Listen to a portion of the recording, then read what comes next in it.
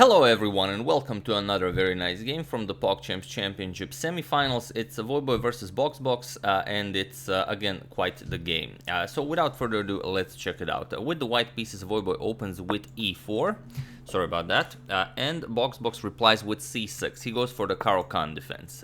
We have d4 and now d5. And Voyboy goes for the advanced variation of the Caro-Kann. We have e5. And bishop to f5 now, which is the usual way you want to develop. You want to get your light square bishop out of the box and then close the setup with e6. And here there are a lot of moves you can play. You can go for h4, g4, knight f3. You could go for knight c3, bishop e2, bishop d3. So a whole lot of possibilities here depending on what kind of game you want to play. Voyboy goes for bishop to d3. He challenges the light square bishop immediately, and the black is very happy with this. So BoxBox captures, we have captures, and e6.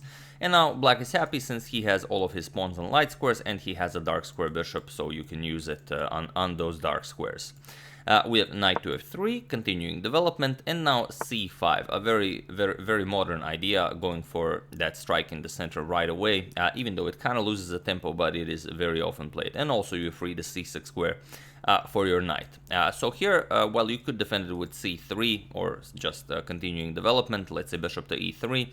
Voyboy decides to capture. We have d captures on c5, we have bishop captures on c5, and now he goes for queen to b5 with check. Checks the king, connects with the bishop on c5, and this is nothing new. This has been played before. Knight to d7 is the usual response here that blocks check and defends the bishop. However, BoxBox goes for knight to c6, and this is a new move. So already as of move 8, we have a completely new game. Now, it's a weird move as it blunders the bishop on c5. So Voyboy captures it. We have queen captures on c5.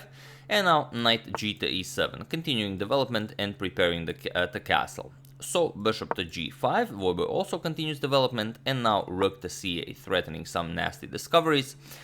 So here we have bishop captures on e7, knight captures on e7, opening up an attack towards the queen, and again queen to b5 with check.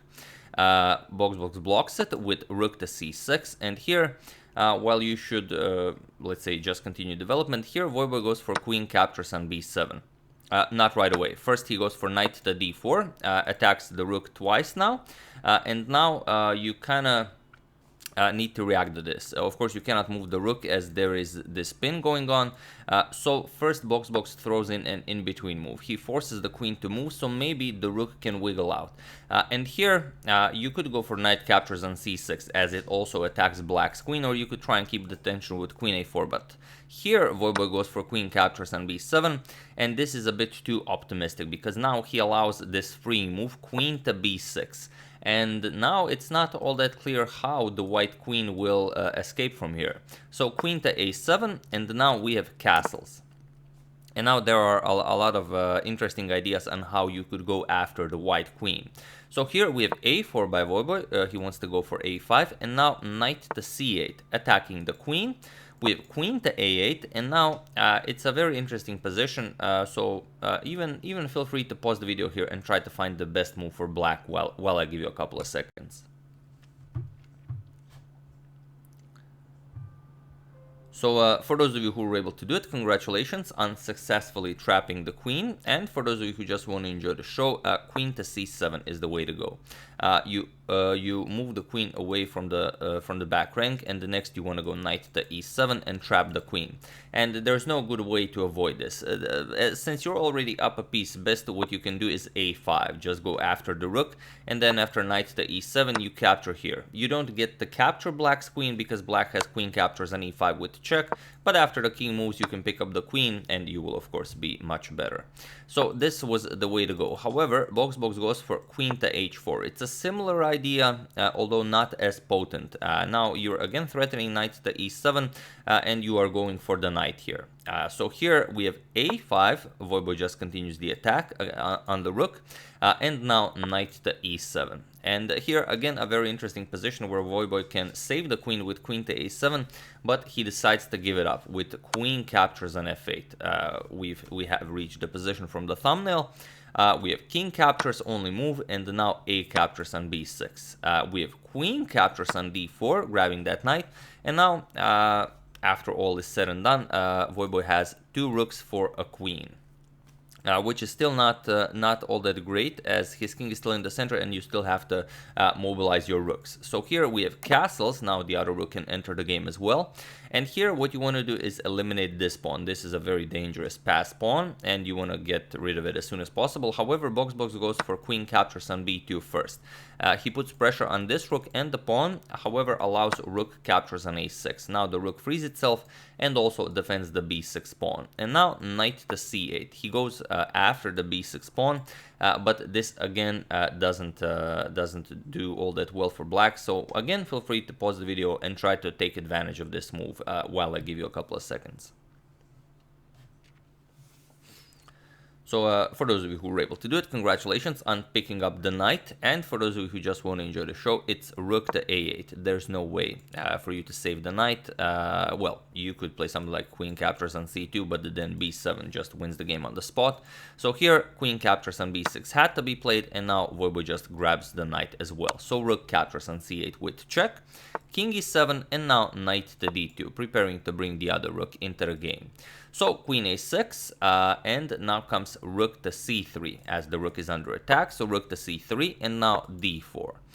We have rook to b3 and now f6. BoxBox tries to eliminate the strong e5 pawn and try to get some counterplay. So e captures on f6 with check, king captures now, and not pawn captures. He wants to keep this pawn in the center so he can start pushing the 2 central pawns. And now rook f to b1 with ideas of maybe going rook b6, and maybe the knight can find its way to maybe put pressure on the e6 pawn. So queen a5 attacking the knight, and now knight to e4 with check, king to g6, and now g3, preparing king g2, h4, h5, and so on. Here we have queen to f5, putting pressure on the knight, and now knight to d6, again attacking the queen. Queen captures on c2, and now things are a little bit different because now BoxBox also creates a pass to d pawn. And here Voyboy plays king to g2, which is now a mistake, and well, not for the last time, but again, feel free to pause the video and take advantage of king to g2 while I give you a couple of seconds. So for those of you who were able to do it, congratulations on picking off the knight this time. And for those of you who just want to enjoy the show, it's queen to c6 check. This check checks the king and of course picks up the knight. However, BoxBox didn't go for this. He went for the pawn push immediately, thinking that, okay, I have d2, d1, and Voyboy has to give up a rook. Better to capture a rook than a knight. However, knight to e4 guards the d2 square. So d2, and here, while you can play knight to c3, which guards the d1 pawn, probably Voyboy thought that it would be too much of a commitment to commit 2 pieces to guarding the pawn.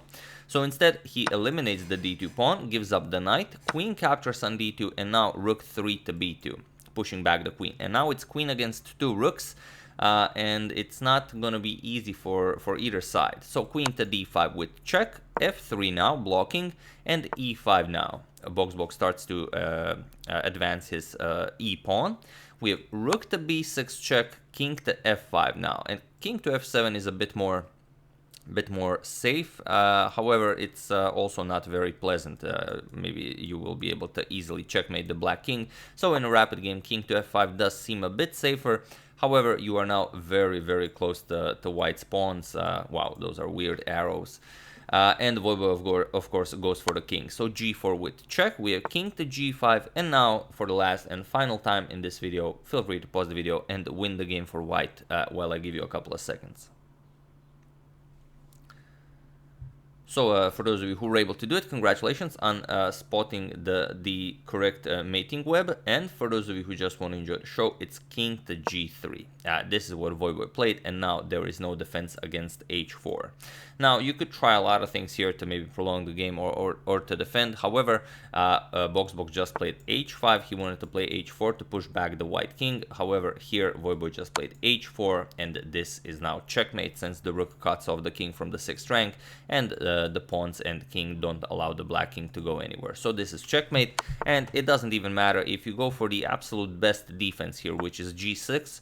it still ends in like either mate or severe material loss. H4 check, king h6, and now you could just go rook to b7 with the threat of g5 check, king h5, and rook captures on h7 with checkmate. So black would have to prevent this, guard the pawn here, but now rook e7. Just preparing to bring the other rook into the game, and here black is basically without a move. Whatever you play is just terrible. Let's see, g5, white can block it with h5, it's not a problem. Rook to b6 would win the game. So let's say you block it, queen d8, but now again rook b to b7, again threatening mate in 1, so the queen has to block, and now finally rook b6 check. Queen has to block with, let's say, queen g6, and now you just pick it up, and that's it, rook b7, and this is now will be checkmate. So it doesn't matter that BoxBox allowed mate in 1, it's still completely lost, even if played to perfection. So that's game 1 of their semi-final match. We're also going to show game 2, as it's quite interesting and a very short one.